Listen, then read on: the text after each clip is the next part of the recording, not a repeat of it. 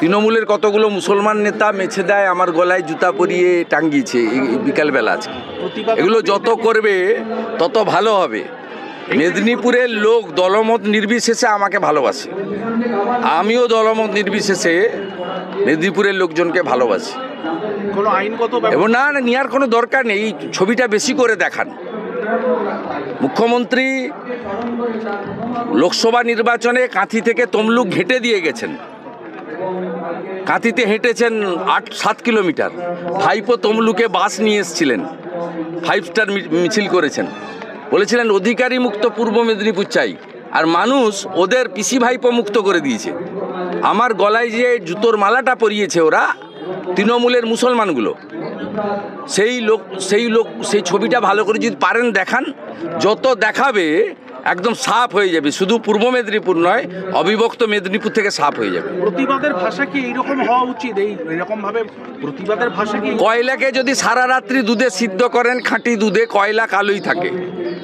আর 1000 জন মিলে কুকুরের ল্যাজ ধরে টানুন, ছেড়ে দিন, দেখবেন বাঁকাই থাকে। দাদা, এই মুসলিম লীগ টু তৃণমূলকেও সোজা করা যায় না। যদি রাষ্ট্রপতি শাসন হয়, যদি 355 করে পুলিশ তুলে নেয়, আর যদি জনগণ হিন্দুরা একটু সাহস করে বেরিয়েছে, এদেরকে হারিয়ে দিতে পারে।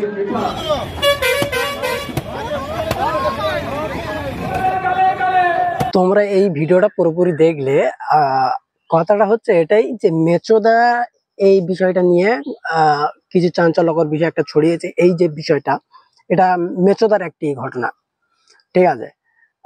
শুভেন্দু অধিকারী যে বলছে এই ফুটেজটা বারবার দেখাও, মুসলিমরা যে ব্যবহারটা করছে, এখানে মুসলিমরা তো শুধু মারেনি, হিন্দুরাও তো মারছে। ওর কি চোখে ন্যাপা হয়েছে না? ওর চোখে দেখে না? এখানে তো হিন্দু মুসলিম সবাই মারছে। প্রকৃত তোমরা দেখো না, ওখানে হিন্দুর মেয়েরা পর্যন্ত মারছে, ওখানে হাতে সিঁদুর রয়েছে, এই শাঁখা রয়েছে, তোমরা দেখো। এর এমন একটা মানে স্বভাব খারাপ হয়ে গেছে শুভেন্দুর। ও হিন্দুরা কিছু করলেও মুসলিমদের নামে দোষ দেবে। ও শুধু বলে হিন্দু জাগো হিন্দু জাগো। এ তো হিন্দু জাগতে জাগতে হিন্দু আরো শুয়েই পড়েছে। হ্যাঁ, হিন্দুরা তো শুয়ে পড়েছে। কি হবে শুভেন্দু দাদা? তোমার দেখো দিলীপ দা বিয়ে করে নিল। দিলীপ দার বিয়ের ভালো দিনগুলো কাটুক, আমিও চাই। কিন্তু দেখো সে বিয়ে করে নিয়েছে। শুভেন্দু, তুমিও একটা বিয়ে করে নাও যদি তোমার ভালো দিন দেখতে চাও। যদি বউ থেকে থাকে তাও একটা করে নাও, ঠিক আছে। এখন বিজেপির চোরেরা দিনটা কত নতুন নতুন বিয়ে করে নাও, করে যা করার করে নাও, কারণ তো তোমাদের দিন বেশি দিন নেই, তোমরা তো সব মরে যাবে। হ্যাঁ, ওই জন্য বলছি এই বিজেপির চোরেরা তোমরা বিয়ে থা করে নাও, বুঝতে পারছো? ও যে কথা বলছে, মেছোদায় কতগুলো মুসলমান আমাকে জুতো টাঙিয়ে গলায় জুতোর মালা দিয়ে মারছে, এটা একটা অপমানজনক ব্যাপার, ঠিক আছে। তারপরেও ওর ঘৃণা বলে কিছু নেই, অপমান বলেও কিছু নেই। ও সবকিছুকে সম্মান মনে করে, আর ও যা কিছু করুক না কেন ও মনে করে যে আমার খুব ভালো লাগছে। কি করবে, কিছু করার নেই। কুকুরের ল্যাজ যেমন না 100 জন ধরে টেনে ছেড়ে দিলেও সেই ব্যাগা থাকে, তো শুভেন্দু এরকম। ওর এমন একটা স্বভাব খারাপ হয়ে গেছে, লোকের কথা শুনতে শুনতে বা লোকের কথা শুনে ওর এমন একটা অভ্যেস হয়ে গেছে যে ওর খারাপ কথা বললেও সেটা খারাপ লাগে না। এরকম একটা ব্যাপার।